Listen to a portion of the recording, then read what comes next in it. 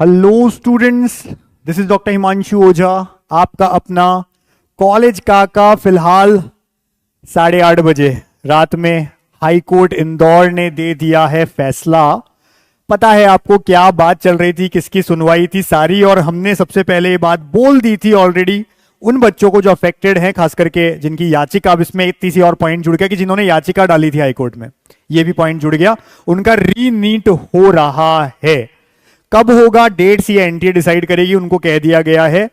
बात को सुनिए, फिर से समझिए कि आज 30 जून को हाई कोर्ट इंदौर ने यह फैसला सुनाना था, जो कि उन्होंने पिछले अपनी सुनवाई में सुरक्षित रख लिया था। याद होगा आपको, लास्ट जो सुनवाई हुई थी, उस सुनवाई में हाई कोर्ट ने यह कहा था कि चलिए अपन थोड़ी देर के लिए लाइट बंद करते हैं और फिर देखते हैं कि क्या इफेक्ट होता है। लाइट बंद करके जब उन्होंने सुनवाई की तो ये पाया कि यस, प्रॉब्लम होती है, देखने में नहीं ढंग से दिखता है, ऐसा हाई कोर्ट में जजेस ने माना है। और इसके ऊपर अब ये सुनवाई का रिजल्ट निकला है कि जिन स्टूडेंट्स ने 4 जून से पहले, यानी 3 जून तक, 4 जून को आपको पता है जो सुनवाई हुई थी, ये इससे पहले, या अपन ये कह सकते हैं रिजल्ट से पहले कह दीजिए आप, 14 जून जो रिजल्ट आया उससे पहले, तो तब तक जिस भी बच्चे ने अपनी याचिका लगा दी, आप 4 जून या बाकी की बात इसलिए कर रहे हो, 3 जून इसलिए कह रहे हो क्योंकि 3 जून को आपकी ओएमआर और आंसर की आई थी।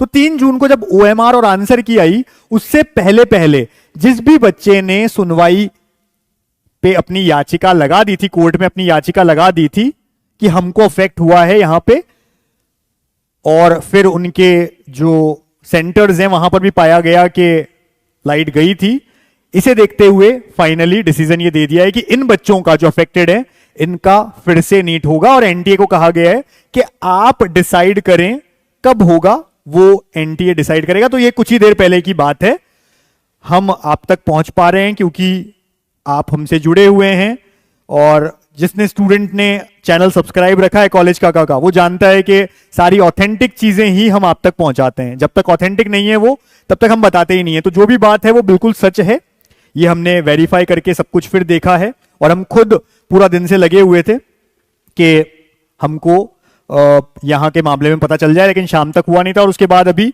जो इनके लाइव चलती है प्रोसीडिंग्स, उसको प्राइवेट भी किया गया था क्योंकि उनके भी कैमरेज में इस तरह का होता होगा।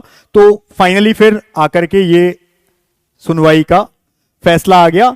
दोबारा होगी नीट परीक्षा। अब इसमें मैंने आपको बताया किसके लिए होगी, जिन्होंने भी 3 जून तक याचिका लगा दी थी। बाद में जिसने लगाई उसके लिए यह कहा गया है कि ऐसे बच्चे, क्योंकि रिजल्ट देख के, आंसर की देख के फिर याचिका लगाई है कि भाई हमको भी फायदा मिल जाए, बेनिफिट मिल जाए, इसलिए उनके ऊपर यह लागू नहीं होगी। जिसने पहले लगाई थी उन्हें ही मिलेगी। हालांकि यहां पे लिखा है 75 छात्रों के लिए ही आयोजित की जाएगी, but exact data, number of students का, यह भी एनटीए बताएगा, डेट भी एनटीए ही डिसाइड करेगा। ये है सारी बात। और जिनका परिणाम घोषित पर याचिका समय पर, उनके लिए नहीं होगी परीक्षा। यानी भाई याचिका तो लगाई, लेकिन माना गया कि नहीं, इनका रिजल्ट नहीं, जिनके लिए पहले से कह दिया था ना ओके है, क्योंकि हो सकता है उनके सेंटर्स पे इशू नहीं मिले, तो उनकी भी वापस नहीं होगी। किसकी होगी? जिसने टाइम पे याचिका भी लगाई, ये भी पाया गया कि हां इनके सेंटर्स पे इशू हुआ था लाइट्स का, उन सबको देख के, जिनमें 75 स्टूडेंट्स कहे जा रहे हैं, इनकी ये एग्जाम होगा। सरकारी पक्ष का दावा, छात्रों के वकील का खंडन। इस मामले में 9 जून को पिछली सुनवाई हुई थी। एनटीए की ओर से भारत सरकार के solicitor general Tushar Mehta, panel वकील रुपेश कुमार और deputy solicitor general Romesh Dave ने वर्चुअली अदालत में पक्ष रखा था, और उन्होंने कहा था जिन केंद्रों पर बिजली गुल हुई है वहां पावर बैकअप की पर्याप्त व्यवस्था थी। सेंट्रल ऑब्जर्वर की रिपोर्ट बनी आधार। अब इन्होंने क्या कहा, एनटीए ने तो यह कह दिया कि भाई वहां पर बैकअप था, वहां पर पावर बैकअप था, लेकिन जो सेंटर पे ऑब्जर्वर्स थे उनकी भी बात सुनी गई। उन्होंने कहा कि यस, लाइट गई थी और दिक्कत आई है, प्रॉब्लम आई है बच्चों को। ये जब उन्होंने कहा तो इसको भी माना गया। और इसके बाद भी एक एक्सपेरिमेंट किया गया था लास्ट सुनवाई में, और वो ये था कि कोर्ट ने अपनी लाइटें बंद करके और फिर कहा कि लेट्स सी कि हमें कितना प्रॉब्लम होती है। तो उन्हें भी ये माना गया कि यस, प्रॉब्लम होती है पढ़ने में, देखने में। जब हमको पढ़ने में दिक्कत आ रही है तो बाकी सबको भी आएगी। अब आगे इसका क्या इंपैक्ट होगा, ठीक है, इंपैक्ट की बात कर लेता हूं मैं सबसे पहले तो, ठीक है। क्या करता हूं मैं, इसका इंपैक्ट क्या होगा। क्या इंपैक्ट होने वाला है भाई? सबसे पहले आप कह रहे हो रीनीट ऑफ 75 स्टूडेंट्स, और मैं इस पे अभी स्टार मार्क कर रहा हूं क्योंकि एग्जैक्ट डेटा क्या वो 75 ही है, क्या वो उससे भी कम हो गए हैं, कितने हैं एग्जैक्ट वो एनटीए बताएगा। रीनीट होगा, कब होगा? डेट, ये डेट कौन डिसाइड करेगा? Date will be decided by NTA. अब और क्या होगा भाई? और क्या होगा इंपैक्ट? इसके अलावा और क्या हो सकता है? NTA can reach supreme court, ये भी तो एक हो सकता है। क्या एनटीए सुप्रीम कोर्ट पहुंचेगा या हाई कोर्ट की बात मान लेगा? भाई एनटीए ने हाई कोर्ट की बात मान ली कि ठीक है हम आपकी बात मान गए, हम इन बच्चों का एग्जाम करवा रहे हैं और इस तारीख को करवा रहे हैं, ये तो एक बात है। दूसरी बात क्या है कि हो सकता है एनटीए सुप्रीम कोर्ट में जाए इस पॉइंट को लेकर के और वहां सुनवाई हो। अगर ये हुआ तो ये लंबा समय ले जाएगा और हो सकता है सुप्रीम कोर्ट भी हाई कोर्ट की बात को दोहराए कि यस इन बच्चों का फिर से एग्जाम होना चाहिए। लेकिन ये एक पॉइंट है, हो सकता है कि सीधी बात मान ली जाए और एक दिन दे दिया जाए जो कि हो सकता है नेक्स्ट वीक ही आ जाए, क्योंकि जब जब रीनीट हुआ है तो कई बार बहुत ज्यादा टाइम नहीं लगा है ना। ये कुछ ही समय में भी हो गया है, जस्ट 7 दिन 10 दिन का टाइम में, तो हो सकता है नेक्स्ट 1 वीक में हो जाए, 1.5 वीक में हो जाए। लेकिन उसके बाद सबका रिजल्ट आएगा। क्या होगा? मैं लिख रहा हूं यहां पे सबका फिर से रिजल्ट आएगा। ये तो कंफर्म है भाई, अगर इनका एग्जाम होता है तो आएगा ही आएगा, सबका फिर से रिजल्ट आएगा।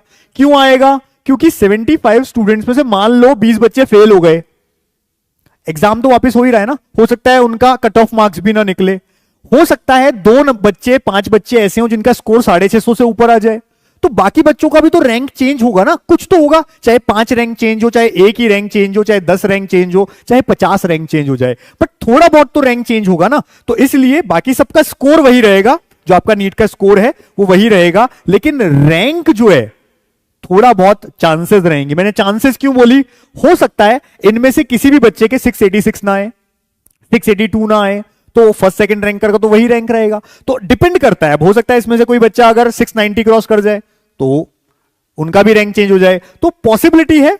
अब अपन तो पॉसिबिलिटी पे बात करते हैं। और यस जो बच्चे लिख रहे हैं फिर से काउंसलिंग लेट होगी, तो ये तो ऑब्वियस सी बात है, जब ये सब चेंज हो रहा है, रिजल्ट सबका वापस आ रहा है, तो ऑब्वियस सी बात है काउंसलिंग डिले होगी। ठीक है, काउंसलिंग डिले होगी, ये बात भी पक्की है, काउंसलिंग में डिले होगा। क्यों होगा काउंसलिंग में डिले? तो भाई जब रिजल्ट ही सबका वापस डिक्लेयर हो रहा है, एक एग्जांपल ले लेते हैं, आज 30 जून को हम बात कर रहे हैं और हम तो कहते हैं चलो अर्लीस्ट पॉसिबल 6-7 तारीख को इन्होंने एग्जाम करवा दिया, तो भी इनका रिजल्ट आते आते 10-11 तारीख तो होगी। मैं तो सबसे कम टाइम पे बात कर रहा हूं, 10-11 तारीख तक रिजल्ट आएगा सब बच्चों का वापस। उसके बाद बाकी के प्रोसेसेस चलते हैं, जो एमसीसी अपने अपने प्रोसेस करवाती है, सॉफ्टवेयर अपडेट लेने से सारी चीजें एमसीसी को और बाकी स्टेट वाली बॉडीज को, एनटीए भी तो रिजल्ट देता है सब बच्चों के, तभी तो वो काउंसलिंग कंडक्ट करती है। तो पूरा प्रोसेस है और इससे ये क्लियर दिख रहा है कि वापस काउंसलिंग आपकी अगस्त में जाती दिख रही है। जैसे लास्ट ईयर 14 अगस्त से स्टार्ट हुई थी, इस बार जो हम कह रहे थे या तो जुलाई एंड या अगस्त फर्स्ट वीक, तो अब अगस्त फर्स्ट वीक की तरफ ही आपकी काउंसलिंग शिफ्ट होती दिख रही है।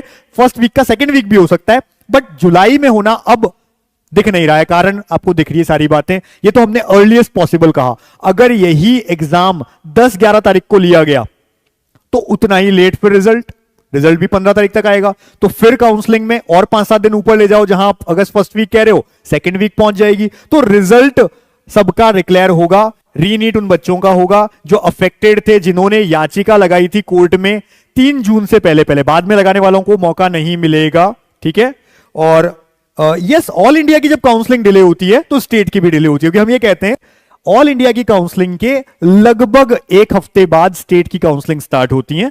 तो अगर ऑल इंडिया की स्टार्ट होगी तो सबकी होगी ना। मैक्स टू मैक्स कितने रैंक में डिफरेंस आएगा? मैक्स टू मैक्स हो सकता है 75। मैक्स टू मैक्स मतलब आपके रैंक से अगर सारे के सारे 75 बच्चों के स्कोर ज्यादा हो गया तो ये मैक्स टू मैक्स है, 75 रैंक का डिफरेंस आ सकता है, इससे ज्यादा का तो आ ही नहीं सकता है अगर इतने बच्चे एग्जाम दे रहे हैं तो एक रैंक से लेके 75 कहीं पर भी आ सकता है, वो डिपेंड करता है, हो सकता है 5 रैंक का ही डिफरेंस आए, तो ये रहने वाली है बात। तो मैंने सारी बातें बता दी है। ठीक है। बट मेरे को जो गलत लगा, जो चीज गलत लगी वो भी मैं बता देता हूं। गलत ये है कि उन बच्चों का क्या जिनको एक्चुअली इफेक्ट तो हुआ था, उनके लिए भी लाइट गई थी, उनको भी वैसा ही दिख रहा था, लेकिन उनके पास शायद पैसे नहीं थे कोर्ट में पहुंचने तक। मैं इस बात को बार बार कहूंगा क्योंकि ये तो देखो सामने सिद्ध है, जिसके पास पैसा है, जो कोर्ट तक पहुंच पाया टाइम पे, उसका आप वापस एग्जाम करवा रहे हो, और वो बच्चा जिसको सेम इफेक्ट पड़ा, उसी कमरे में बैठा हुआ एक और बच्चा जिसको सेम इफेक्ट पड़ा होगा, ऑब्वियस सी बात है, लेकिन वो उतना पैसा नहीं रखता था, वो रीच नहीं कर पाया कोर्ट को, वो शायद उतना अनभिज्ञ था, उसके पास नहीं थे रिसोर्सेस, और उस वजह से वो बच्चा इस बार शायद क्लियर नहीं कर पाया होगा या उतने नंबर ला ही नहीं पाया होगा जितने गवर्नमेंट के लिए चाहिए, और फिर से नीट का एग्जाम देगा। तो जब सेम जगह पे बैठे दो लोगों को हम अलग अलग तुलना में डालते हैं तो मुझे लगता है वो गड़बड़ होता है, गलत होता है। तो मैं इस चीज पे तो देखिए बिल्कुल कहूंगा कि ये गलत हुआ है उन बच्चों के साथ। अगर रखना था तो सब लोगों को सेम रखा जाना चाहिए था। हालांकि कितने बच्चे हैं ये भी ये बताएंगे, ठीक है। और वैसे हम लोगों ने आज तक के लिए कहा था 30 जून को हम अपनी पेड काउंसलिंग बंद कर रहे थे। नीट काका जेई ऐप है हमारा, उस पे टॉप कोर्सेज में नीट काउंसलिंग में जाकर के आप ले सकते हैं। अब उसको हम 1 वीक और बढ़ाएंगे केवल इस वजह से। बाकी 30 तारीख आज हम बंद करने वाले थे, तो ये क्योंकि काउंसलिंग भी आपकी आगे जाएगी अगस्त में, अब आपकी काउंसलिंग होगी। तो ये सारी बातें मैंने आपसे डिस्कस कर ली है। क्या रहा, रीनीट होगा उस बच्चों का जिन्होंने टाइम पे याचिका लगाई थी और जिनको दिक्कत हुई थी इंदौर में, हाईकोर्ट ने कह दिया है। तो मिलते हैं आपसे, चैनल को सब्सक्राइब रखिए जिससे हर चीज आप तक पहुंचती जाए। कट ऑफ से लेकर के सारी बातें हमने की है इसी चैनल पे। एक तो लाइव है और एक वीडियोस है, इन दो में जाइए। हर वो वीडियो जो आप सोचते हैं कि आपके लिए होना चाहिए अवेलेबल है, जाके देखिए। और मैं यही कामना करता हूं कि आपको आपका फेवरेट मेडिकल कॉलेज जो डिजर्विंग है वो मिले। Wish you all the best, thank you.